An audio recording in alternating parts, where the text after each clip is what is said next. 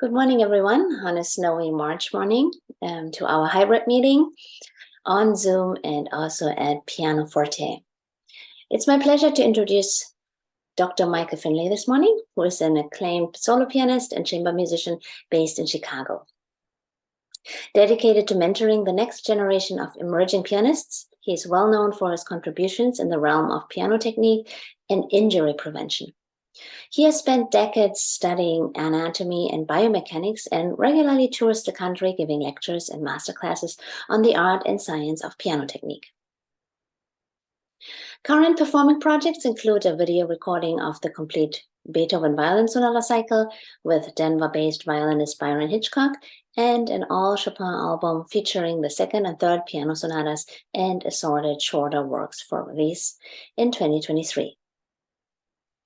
Michael Finlay studied piano at the prestigious Interlaken Arts Academy on a full scholarship. He holds a bachelor's degree from the Cleveland Institute of Music, a master's from the Peabody Conservatory, and a doctorate from the University of Montreal. And today he will be talking about developing good technical habits in intermediate students. Please welcome with me Dr. Michael Finlay. And the founder of Pianokeys Academy, which is his studio in the Fine Arts Building just down the street. And I teach piano lessons there and lead workshops focused on technique, injury prevention, and practice strategy. So today's presentation is all about developing technique and preventing injury during the all-important intermediate phase of piano study. So I think many of you can probably relate to the challenges of intermediate students. It's kind of a period of growing pains, plateaus, struggle, frustration for a lot of students.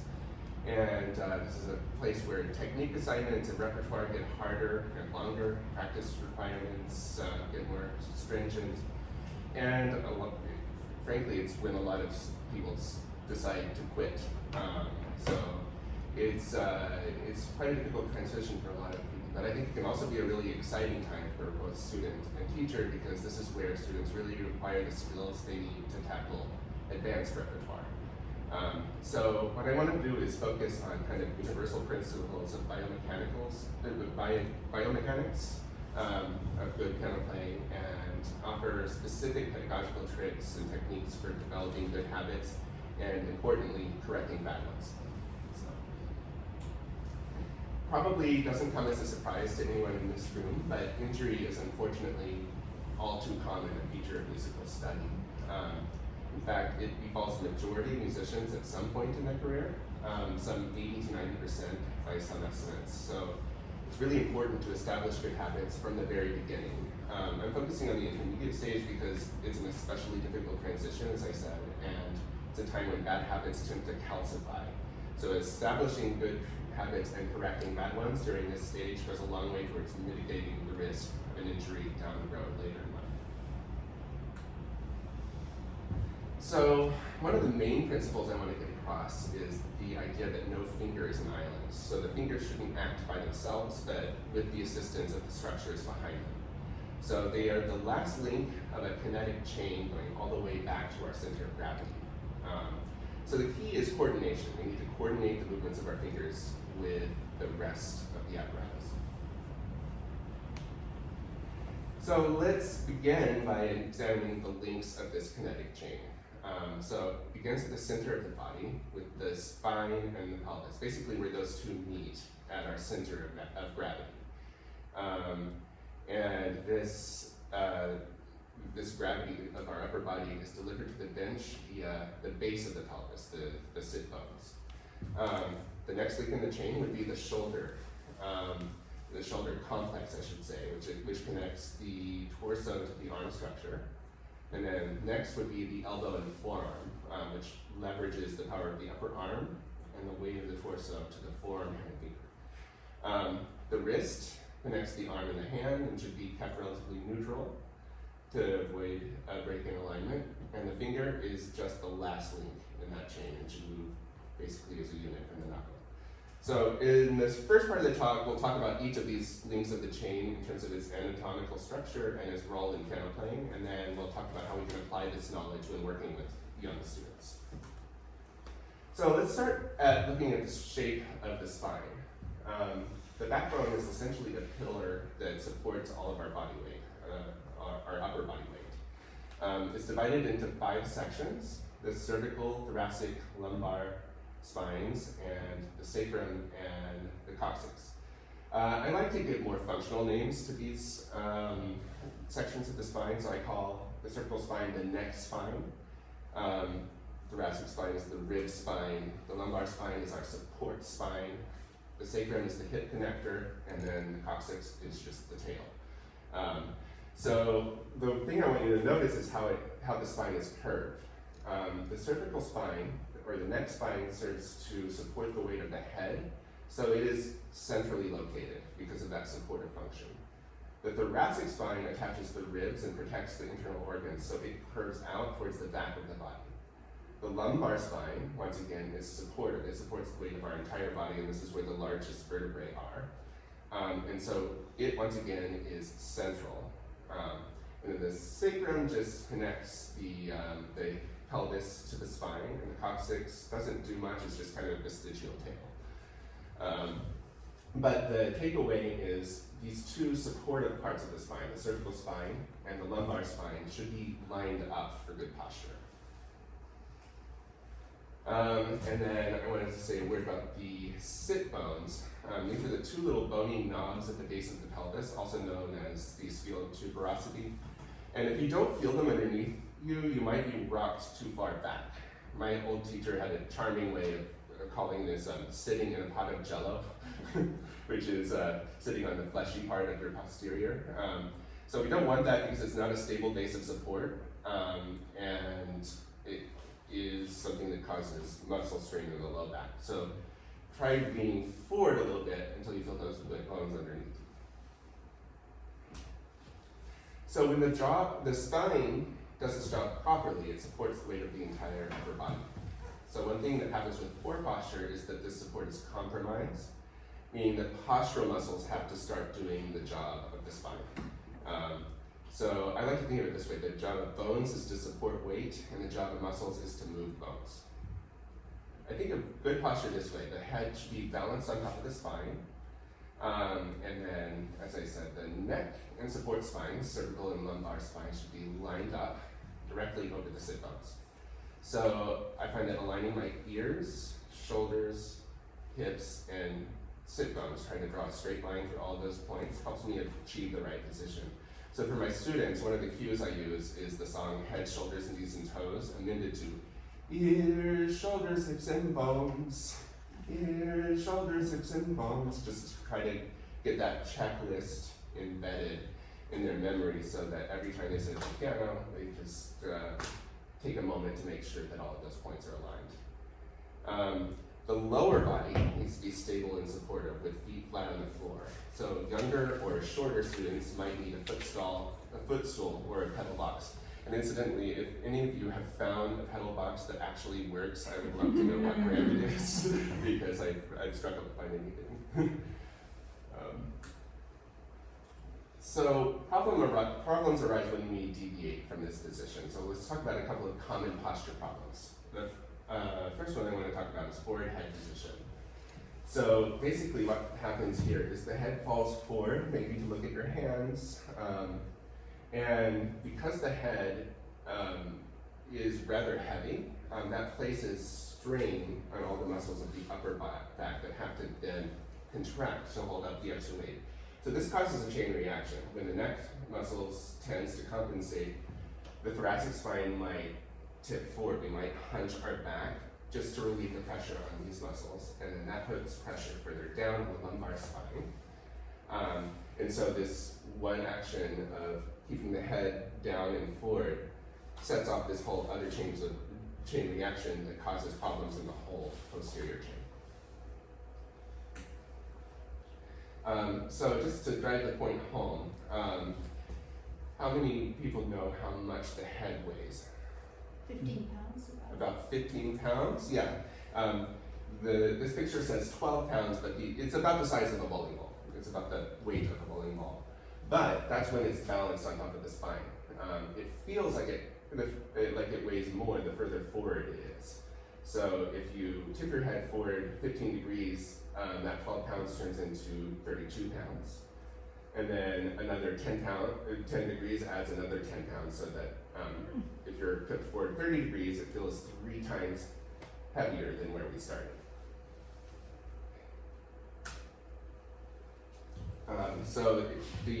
Basically, all of these muscles back here have to work overtime to hold up the extra weight, is the idea.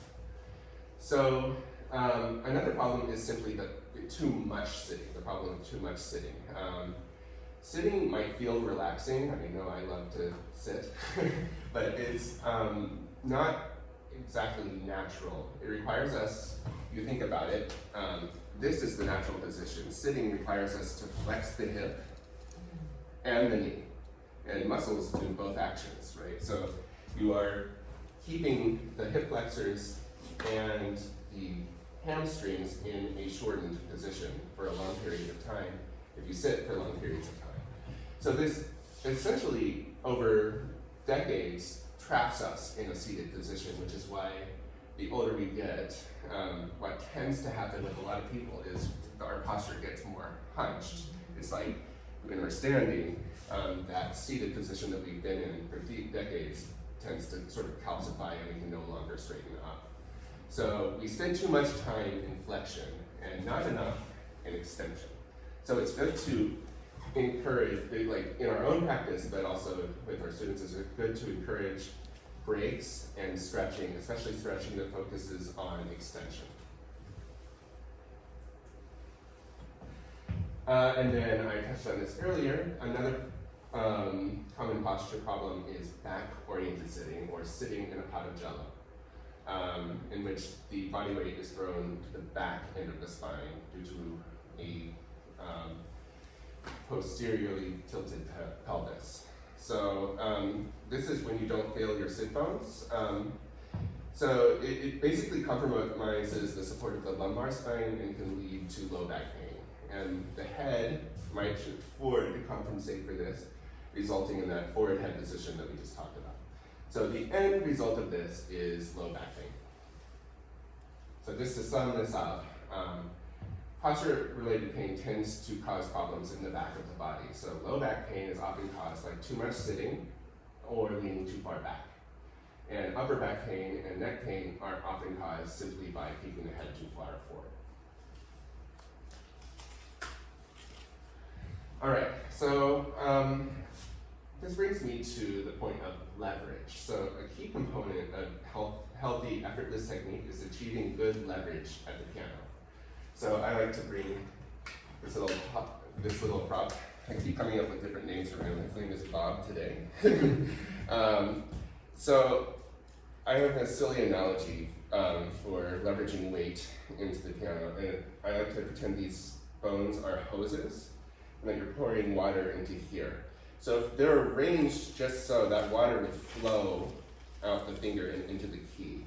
But if you adjust the alignment, then the flow of water would be compromised and a big enough adjustment would cut off the flow altogether. So it's an imperfect analogy, but I like to think about leveraging gravity into the keyboard this way. So it has a lot to do with how we sit. Ooh, let's get this slide. So I'm lucky to have this hydraulic bench here to demonstrate. So if we sit too low, actually I need to sit almost this low, so, but basically what happens is the elbow drops below the keyboard. And so with it, the weight is below the keyboard and the hand kind of feels like it's hanging off the piano. So you might have to feel like you have to grip the keys and secure this. You might have to feel like you have to press into the keyboard to compensate. And also, you might be uncomfortable, so you might unconsciously raise your shoulders to get yourself in a better position. So if you see a student with their shoulders up, you might want to check their bench height before anything else. So if you're sitting too high, I feel like I'm having to hold up the weight of my forearm like this. So that means the muscles that do that are here and here. And so I just get tight in the front of my body. and I feel restricted in my movement. And so I might hunch my back in this case to achieve a more comfortable solution, so that might cause other problems. So either way, you're robbing yourself of leverage. So just right, for me, it's pretty low. It's where the elbow is even or slightly higher with the key. I prefer it to be slightly above the keys, just because, going back to the water analogy, the gravity flows a little bit more naturally into the key that way. So range distance is also a factor. So if we're too far, the elbows extend, reaching for the piano. And so those same muscles that were activated when I was too high, the deltoids and pecs and biceps, tense because the upper arm is supporting too much of the weight of the forearm. And then if you're too close, the elbows are behind the body, which puts a stretch on those same muscles, and I feel tight here in the back of the body. So just right can be, the elbows should just be where they hang naturally, right in front of the shoulders. And the test really for all of this is, do I feel free here and here? So, since we're on the topic of leverage, I want to share a technique for producing big sound that I learned from Mark Durand. I think Fleischer also taught something similar. And the idea is to involve the whole body of the piano in a coordinated way. So you ground the lower body and avail yourself of the potential energy of your entire body weight to promote security, power, and ease. So when I'm first teaching students this, I ask them to try to push the piano forward from a seated position like this, just to feel what they do with the rest of the body. So let's think about that kinetic chain. I have to ground myself first and kind of stack the spine, and I feel like the back of the shoulder is a little bit of a fulcrum, and I sort of push with this as the fulcrum of the lever. But I'm pushing, availing myself of the weight of my entire torso, and that's what would give me the power to move this heavy object. So you can apply this to piano playing. We have access to this reserve of force if we know how to use it.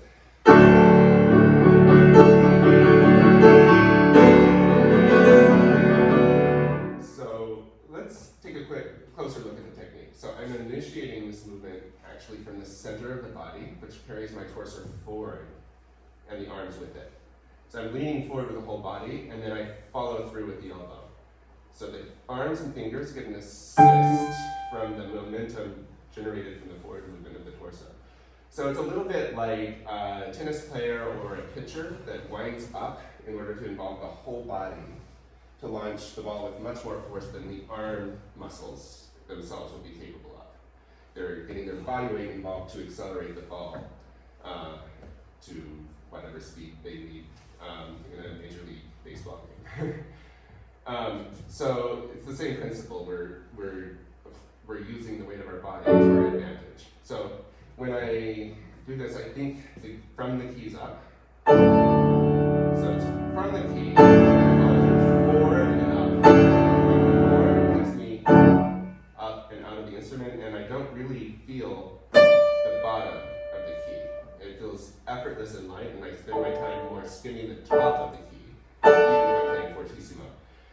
So the advantage of that is it feels very light in loud dynamics. And we can also apply the same idea to single note, super note, good full body alignment. So the principle is the same. I'm initiating from the center of the body and following through with the elbow. So just to clarify, we're not going to be doing like a hula hoop thing. We're not gyrating our hips on every note. It's just making sure that you feel a connection that goes from the base of the pelvis to the tip of the finger. One of the advantages of playing forward instead of straight is that it more precisely targets the point of sound. So what I mean by the point of sound, if you depress a key on a grand piano slowly, there is a little notch about 7 millimeters in key descent, and between 1 to 2 millimeters above the key bed. So if you see the little L-shaped piece circled in green, that's called the jack, and when the other end of that piece, the toe of the jack, reaches the let-off button, it causes the jack to slip forward, which creates friction on the knuckle, which is this little piece here, and that launches the hammer upwards. So the launch happens at this bump. That's the point of sound, and it's the remaining portion of key descent contributes nothing but noise to your sound. The point of key descent where we actually have the most control is where the jack is exerting that friction on the knuckle. That's where we accelerate the hammer. So to find that point of sound, it helps to practice doubling the note.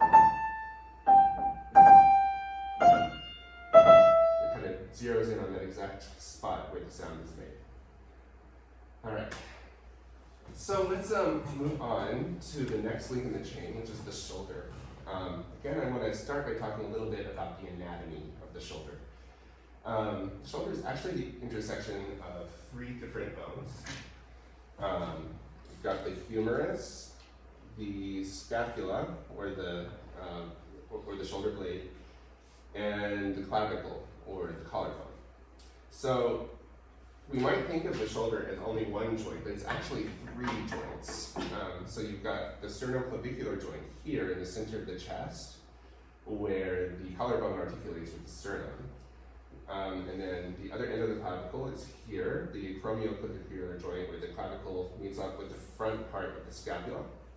And then the glenohumeral joint is what most of us think of as the shoulder joint. That's where the humerus fits into this little concave area of the scapula. And then the scapula itself is held in place by muscles, so there's no bony joint in the back. But that area is sometimes referred to as the scapulothoracic joint. But really the only bony attachment of the arm to the torso is right here underneath the Adam's apple. So the big takeaway here is that the scapula and the clavicle are part of the arm. So a lot of people mismap the arm as ending here, but it actually ends here and here. So if you have a problem with stiff shoulders, sometimes the answer is to relax your chest. The pecs often get a little tight. So if you think about it, our lives take place in front of us. We have our cell phones and computers, and even at the piano, we like to look at our hands, and so we tend to close our posture. And that manifests as shoulder tension. So think of doing the opposite. Open up the chest. And then on the other side, in the back, we talked about forward head position as something that causes tension back here. So if you just think of keeping your head up and your shoulders, and your chest open, the shoulders will come down. And I think if you have personal problems with shoulder tension, or you notice them in your students, asking them to relax their chest often makes a big part of the difference. So what this gives us access to is a little bit of extra arm length and connection to this point where the arm attaches to the body. So what I like to do to promote awareness of that is to have people sink into the key while while touching this area, just to feel a connection from the chest to the fingertips. So this is a downward impulse, and I'm just letting the gravity of the whole assembly sink into the key while maintaining awareness of the roll of my chest and upper back. So I absorb this movement with a loose wrist to avoid a harsh crash in the key bed, which results in a bad sound and an impact. It's just more tense. So this is something that I sort of adapted from traditional Russian school techniques, where students are taught to drop into the piano, starting one finger at a time, and then non-legato. And legato is introduced starting with 2-note slurs, then 3-note slurs, and then 5 notes, and then scales. There's a whole system. But the idea here, for me is to be aware of the role of the chest and the shoulder, and to really let the whole assembly sink into the key. All right, so the next link in the chain would be the forearm.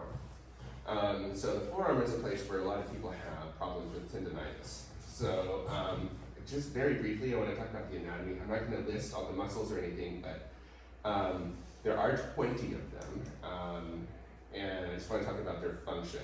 There are 8 muscles on the bottom of the forearm that flex the wrist and the fingers and the thumb, and they turn the hand over into pronation. And then there are 12 on top that extend the fingers, wrist, and thumb, and turn the arm over into supination, and then there are a couple that assist in extending the elbow. So the takeaway here is that you have a bunch of wrist and finger flexors on the bottom of the forearm that curl the fingers and pull the wrist, well, depending on which way you're facing, I would say down into flexion. And then there's another set of muscles that pulls on the up, that pulls the wrist up and straightens the fingers. Those are the extensors. Now they're located in the forearm and they're connected to the wrist and fingers via long rope-like structures called tendons. So it's a little bit like a marionette. You have the muscle back here that creates an action in your finger. Here's the problem. When the flexors contract, it pulls on, it lengthens the extensors, and vice versa. When the extensors contract, the flexors lengthen. So the problem arises when these two are pulling against each other, when both muscle groups contract at the same time. So that is what causes tendonitis, wear and tear basically on the tendons. Another problem would be hyperextension and flexion of the wrist. So when the wrist isn't flexed beyond a certain point, it starts to pull on the extensor tendons. This starts to tighten. And the same thing when it's extended beyond a certain point. So what we want to do is stay as close to the mid-range as possible. So this is why we want our students to have a round handshake, because this is a relatively neutral position where neither set of flexors or extensors is overly taxed. And then that also translates to keeping a relatively neutral wrist position. So you don't want it to be too flexed or extended or too far to one side or the other. So the consequences for co-contraction and for awkward wrist position, basically this is the primary cause of forearm tendonitis. So microtears form over time, and tendons heal very slowly due to poor blood supply. So it's a slow recovery for most. This usually happens later in life, but the seeds are usually sown early on, which is why I'm talking about these injuries in the context of an intermediate student lecture, because I think this is really prime time for preventing this kind of injury. All right, so moving further out, let's talk about problems affecting the wrist, specifically the nerves that pass through the wrist. So carpal tunnel syndrome is something that happens to a lot of pianists. And we also have a lot of problems with our ulnar nerve, which is on the pinky side of the wrist. So simply put, neuropathies like this are usually caused by compressing the nerves that run through the wrist. So the important key is to avoid positions like this, to keep the wrist as neutral as possible, because otherwise you're compressing the areas where the nerves run through, and over time that's what causes injuries to those nerves.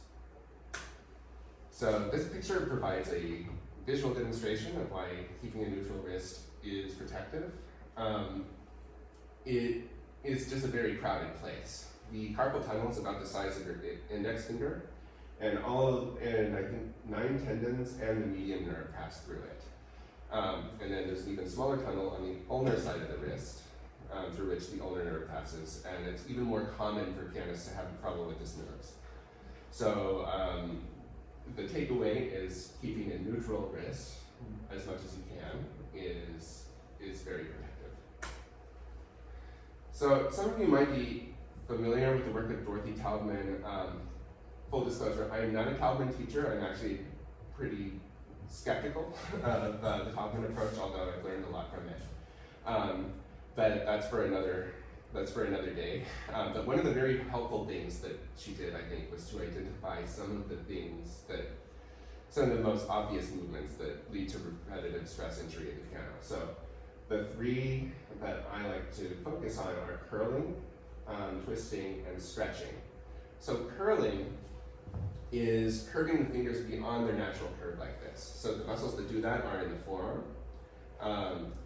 And so already you're kind of engaging forearm muscles to get into this position. And then I've seen people taught to lift their fingers as they play, which further involves these extensors and causes tendons to pull against each other. So curling is, I think, falls into the category of too much of a good thing. I think a curved position is what we want, but we don't want to artificially impose more of a curvature than is natural.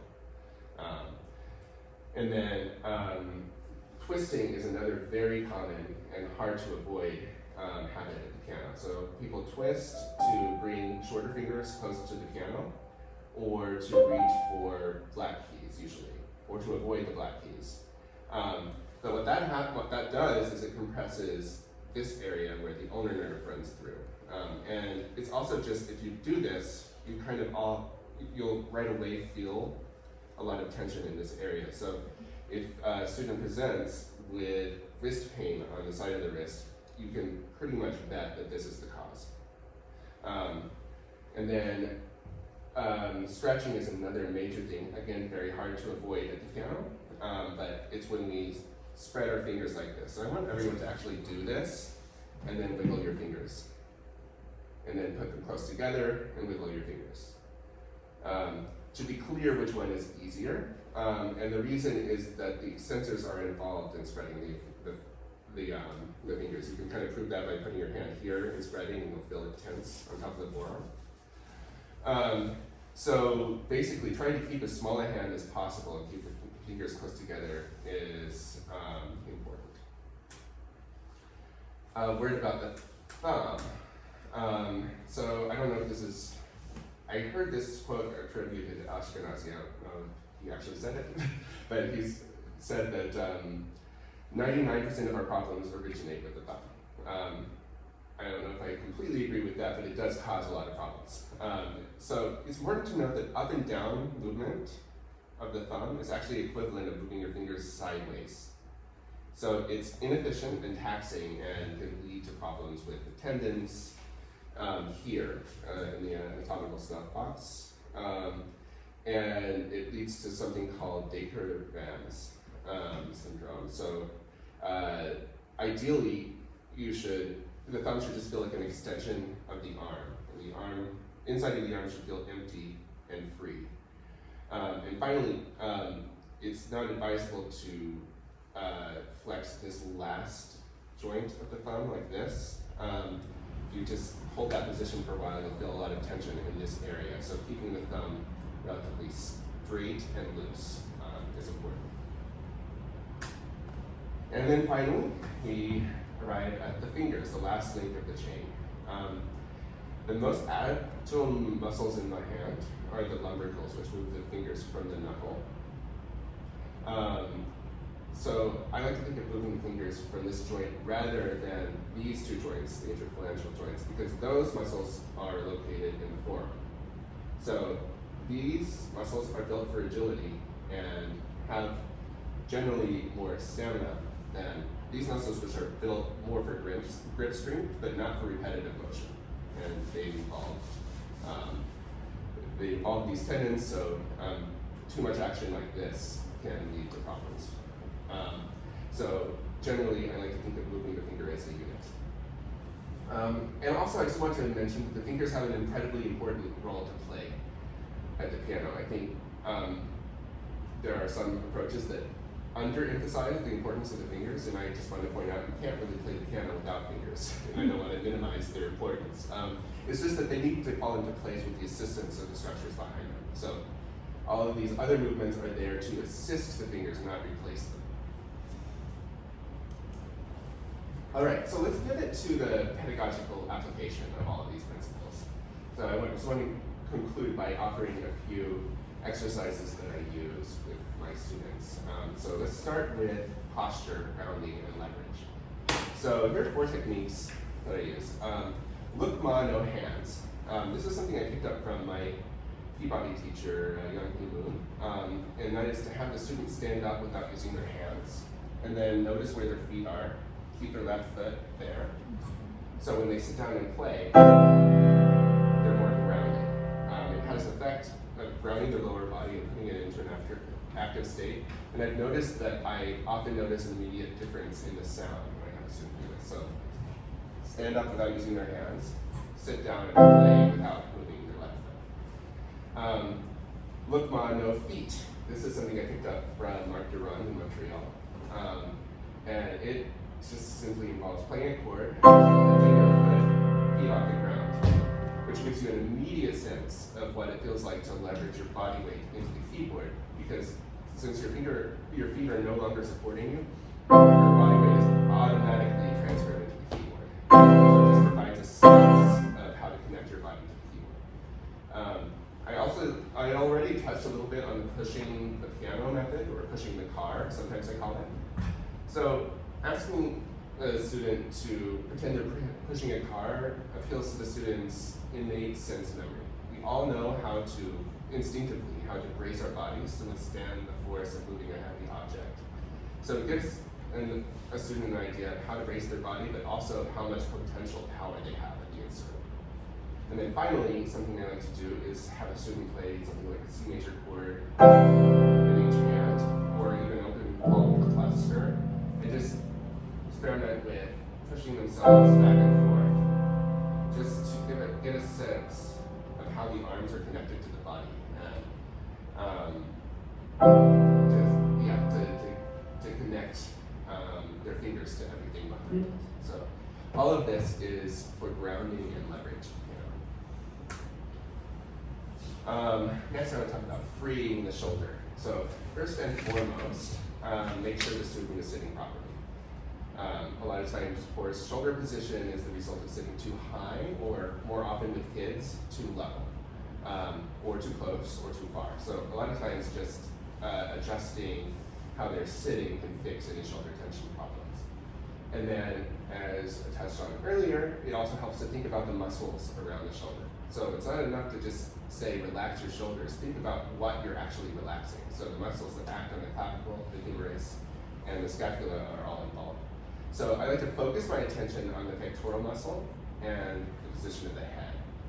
Something I learned from a string teacher is to have the student grab their own armpit like this, which is a way to isolate the pectoral muscle, and then play something and notice when it tenses up. It's something I can combine with that sinking into the key exercise I talked about. And it's just a way to promote awareness of this muscle that tends to get very tense. And head position, as we keep saying, is very important. So I like to have the student pretend they are a bobblehead to find the spot where the skull balances on top of the spine, just behind the uvula. So when you find the right spot, it should feel almost weightless. And then something I didn't address is to relax the jaw. I was having a lesson with Julian Markey once, and he taught me this little trick to roll up a little piece of paper. Now we don't want to promote smoking, but to roll up a little piece of paper like a cigarette and let it hang loosely from your lips. And play, trying not to crush it. So the idea there is to promote awareness, and it immediately caused me to unclench my jaw. And the jaw, if I have tension in the jaw, I find that tension tends to refer to the neck and the shoulder. So that's why I'm including it in freeing the shoulder. So that's the shoulder, and then I want to talk a little bit about how I teach and correct alignment of the finger, hand, and forearm. So something I should just mention is that it's always important to ask for consent before touching a student in any way. I actually have a clause in my studio contract soliciting permission from parents, and I always ask the student if they mind help by touching their hand, especially, it's important to always err on the side of caution. But so here are some of the things that I do. So something I really like is to make the student aware of their metacarpals. That's these bones highlighted in red. The bones in the hand that look like an extension of each finger. So I like to point out that that bone exists and to ask the student to line that up with the key and behind the finger that's playing. So what that does, really, it brings the hand neatly in line with the finger that's playing, and it gives the support of the weight of the hand. And it kind of helps you understand how to bring everything into place to support each finger. Another thing I like to do is to be able to adjust the elbow and wrist positions while supporting the hand. So something I often find myself doing is I'll have my right hand here underneath the elbow, and then I'll have my pinky on the forearm side of the wrist, and then the other fingers supporting the hand, just so that I can sort of guide the forearm and promote a sense of support and lightness in the hand. Sometimes I need to make more. There are a lot of adjustments that need to be made in the hand itself, and in that case I might put my palm here underneath the forearm, support just behind the knuckle, and then promote firm fingertips by holding the finger here at the distal joint. So another thing I like to talk about is orienting the hand from the pinky instead of the thumb. So the natural position of the arm is actually sideways. And so it kind of helps to karate chop the piano and then flop the hand over. Because I find a lot of students kind of do the opposite. They'll think bringing the thumb to the piano, and then all the other fingers will kind of be off to the side, and the hand will be twisted to the side. So to correct that, I have them do the opposite, orient from the pinky. And being tilted out just a little bit this way, it just feels a little bit more connected, more aligned. I feel a little bit more supported that way than being either level or tilted towards the thumb. Another thing I like to do is double notes. So I might have someone practice a scale that way just to get a sense of where that point of sound is. And you have to be somewhat, there has to be, the hand needs to be consolidated around the finger that's playing in order for that ricochet to work. So it has a tendency to promote good alignment. There's a variation on this that I like to do, which is even double notes, and that promotes balance and coordination. And then finally, I do an entire talk about the power of arm impulses as a practice technique. So I use downward and forward impulses to help students feel the participation of the hand and arm and coordinate the movements of the fingers. So it's just a way to implement this idea that no finger is an island. So that's a lot of content, but those are a few suggestions. Now I wanted to say a word about the thumb because it's such a problem finger for a lot of students. I recommend making them aware of the thumb's connection to the wrist and arm. So again, metacarpal awareness can be very powerful. So this bone right here connecting the thumb to the wrist, if they think of that as part of the thumb, try to play with the whole thumb. That can be really, really helpful in relieving any thumb tension that results from overusing the thumb. And it also just feels like a much sturdier, weightier finger if you're thinking of it that way. And then I go one bone further in pretending that actually it's the radius, it's this bone, this arm bone that plays. It should feel like an extension of the thumb. So it just has the effect of making the thumb feel a lot more stable and a lot more powerful, and it has the effect of freeing all of these muscles here. And something else that's important is playing on the tip of the thumb rather than on this part of the thumb, so that it kind of stands up on its own. It's a nice solid surface to play on, and it doesn't collapse.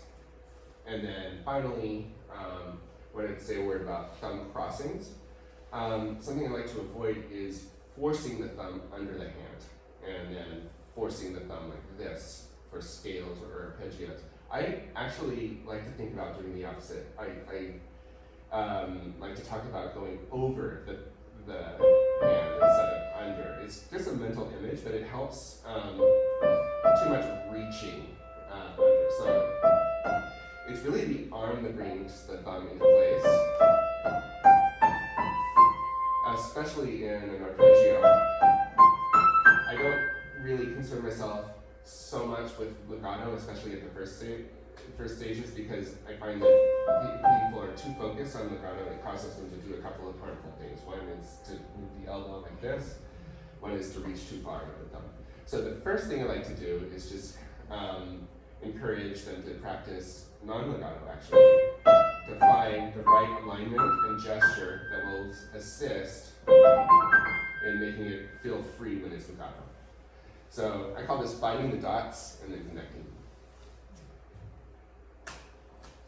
All right, so the last thing I want to talk about is those collapsing nail joints. That is a problem that we've all seen in our students. So the first thing I want to say about if you see a student that's collapsing at the last joint is to check everything else first. Posture, hinge height, feet, hand shape, etc. So I find that it's often just a sign of poor alignment and support. And it's also a sign of pressing too hard. So see if that's the problem, if they're just simply pressing too hard into the keyboard.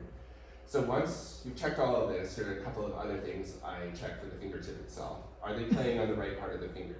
So for this, it helps to practice on a pencil eraser. It has the effect of just really isolating the part of the finger you should be playing on and the feeling you should have in your fingertip. And then another thing that I sometimes do is I'll make an O with my finger and ask them to push on my fingertip, which appeals to their innate sense of competition.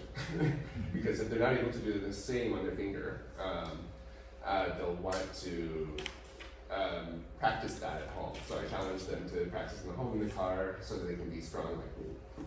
But I want to re-emphasize that that's the last step, only when all the other links in the chain are in place. Because you don't want to correct collapsing fingertips in a way that causes other problems, like overcurling the fingers or pressing too hard. So that is all I have for today. So I want to conclude by answering your questions.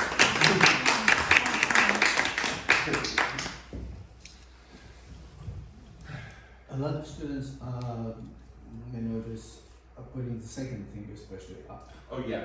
So that's probably your last comment was probably to avoid that. It's just to check everything else first. Yes. Probably. Yeah, so what I like to do when I see anything like that is, so I always like to look one step back. Like if I see a finger going up, I'm looking at the hand and the form. And so what I say to my students a lot is the fingers that are not playing should be loose. So like whatever finger they're on, if the second finger is going up, like just, it's about being balanced on that third finger, if that's the one that's playing. And then having that balance and structure provide, and like if they're stable enough on this finger, then you should be able to get them to relax the others. But it's just an awareness thing too. But I find that it's often compensating for a lack of support for the finger that's playing. And you were talking about starting from the fifth finger, also the thumb from the whole arm. Mm-hmm. But however, the third finger seems to be the most useful for going back and forth. Isn't the second? Yeah. Right, because it's in the middle. Oh, second and third. Yeah, absolutely. Second and third. So when I start students, I like to use the Russian school method of actually only using the third finger at first, just to organize the whole hand behind that finger, and I find that it's the most stable. It's the most stable finger, and it's the easiest way to feel the support of the hand. So Did I you say think the third or the the second? third. I would say the third. The second is the next in line. I would say. Like this is more central. So like if you think of this as like a cathedral arch or something, this is the keystone. But this is also, the second finger is also very strong and stable and central, so it's easy to feel that support. But I guess I kind of agree that it's a stable base of support. And if we're thinking of about like rotation to the axis is somewhere here. Right. Yeah. Well, Chopin was using just 3 black keys for this 3 black. Yeah. Show 3 fingers and then going back and forth this way. Oh, That's yeah. why he has a lot of music in B major Oh yes. Yes. scale, or C sharp minor, C sharp, Yeah. C flat. Right. Like finding the natural position of the hand Right. like this instead of like this. Basically. Right. Yeah. Yeah. So what about rotation? What about rotation? So I think rotation has a really important role to play. So I spent some time studying the Taubman approach, and there's a lot to learn from the way they talk about rotation. The theory is that rotation is involved in everything, not just going back and forth, but like they also talk about rotation Right. in scales, like that you prepare everything with rotation. I am agnostic as to whether that's actually going on, but it is a helpful way to think about how to lift the fingers off the piano. Like sometimes if I see someone playing like this, I'll ask them to lift all of their fingers like this, which is one way of Oh, that's a teaching the great rotation. idea. But yeah, as far as like in its traditional place, like in the Black Keys Etude or trills or everything, I think the rotation is a great way to bring the support of the forearm behind the fingers. So in its place, I think absolutely rotation is a really good way to get from place to place, especially laterally. I think it's good for that and for overcoming being too close to it, keeping the hand small. How about big distances? Yeah. Jumps. Yes. Again, I find rotation really helpful for that. So I think like creating a little space this way and then falling into place is a good way for me to think about big jumps. The other thing I like to think about with jumps is that every jump has 2 notes, and the first one should send you where you're going. So you play the first one on your way up. Good, that's great. And sometimes if someone is having trouble with accuracy, a lot of times I find that if they're not thinking about the first note, they can go straight to the second note. So I have them do that a few times, and then I just say, start here instead. I have a question about that. When you're going very quickly and coming back down, which is so often the case as a pianist, Right. especially left hands, Uh-huh. what I'm finding sometimes hard to teach is avoiding so much of this in the process of that rotation. Right. So you have this going, which is lovely, Mhm. and my students have been doing that since they were little, and then we add something very quickly, or Mhm. very quick, and then we end up with this motion happening. For that, I like to think about what's going on with the whole arm. So if you go back and forth like this in a plane, you start to get tired really quickly. Right. And so it feels more natural to do more of a swimming motion, and I think that can be applied. So I kind of go across and over in a circle, and I find that that in combination with thinking of playing this, I don't know, playing the chord in a way that sends you down, and playing this, like the action of playing sends you back up. If you combine that with a natural arm motion, that can kind of alleviate the temptation to do this, because I think it comes from moving back and forth like this. Yeah. So taking away the speed then to field in your arm first before. Yes, you yeah, put it and back making in. sure the elbow's behind the hand too, like that there's enough with the going part, that they're not doing this, I think. I have a question. Can somebody hear me? Yes, we can hear you, Terry. Oh, okay, thank you. I missed the reason for the double notes when you were hitting the note twice. What is the purpose of that? There are a couple of them. So one is to find the point of sound, the point in key descent where you make a sound. Because there's not enough time for the key to come back up, it zeroes in on that point where the sound is being made, which is not at the bottom of the key, but depending on the regulation, about 7 millimeters down. So that's one thing, and I also find that it just promotes good alignment because you have to be kind of lined up behind the finger in order to get it to repeat like that, in order to get it to ricochet. Thank you. Mm-hmm. Is it kind of rude to ask you to play something? If that's okay with everyone, My question was, for sometimes when I at a group lesson, I'll just have everybody just stretch their fingers and do that kind of stuff. So all the things you're saying not to do, I do it. I only stretch. Well, for the purposes of stretching, it's not necessarily bad. I like certain stretches more than others. Like, I think this is a good one. Really? But it's just a matter of not. You don't want to do. So if a student actually is injured, you wouldn't want to do that. I would say. There's a difference between just like limbering up the fingers and spending a lot of time playing like this, right? So I think it's the repetitive motion that really gets us into trouble.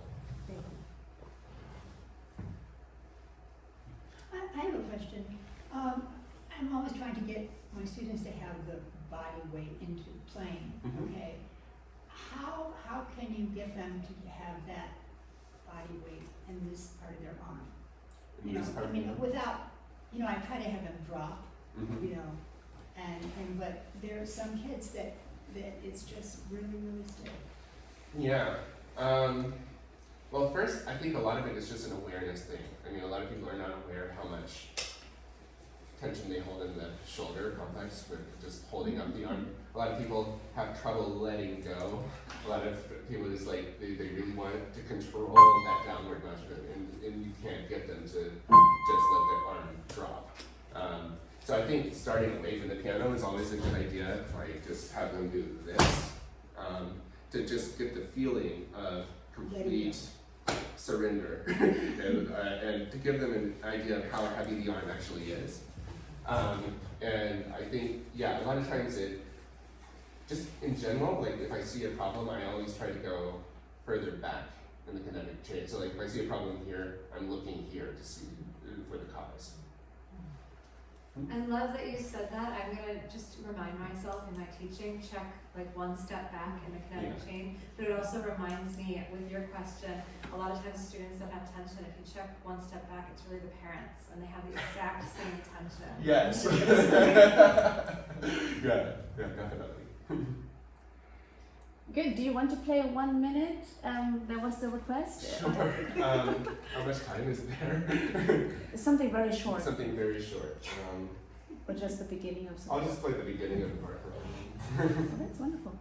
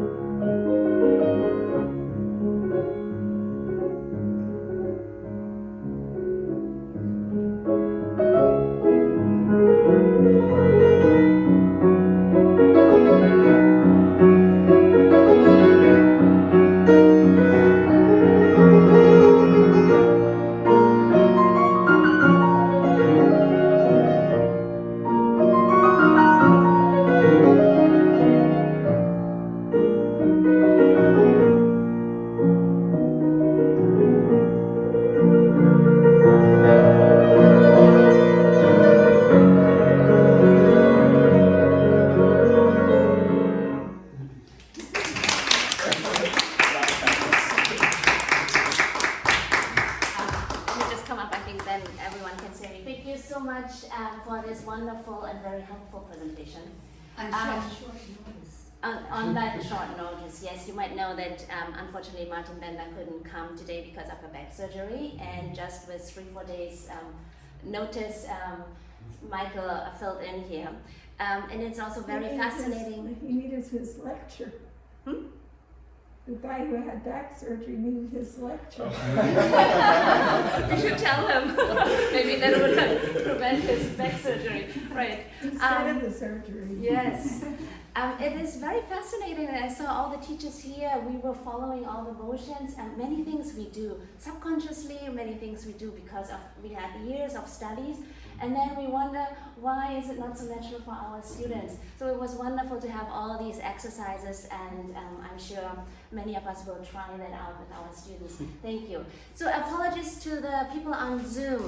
We were so many months on Zoom that we were not maybe totally prepared to be here, and we wish we had the budget to record it professionally, but unfortunately that's too much money. So because of the reflection, it was not possible for you to see the screen. Michael, would you mind sending us your PowerPoint? Of course. And I took a note of all the participants, and I will email the PowerPoint, and we have a phone recording so you can follow that. And I also want to cite Elaine. She says, come in person. We have a wonderful space here. It was wonderful to hear Michael playing solo. Speak for yourself. Don't speak for me. I can speak for myself. I meant it positively. Never Please mind. I'll come speak for myself. and enjoy it here in person. Thank you so much for being here. We see you back in April. Thank you, Michael. Thank you.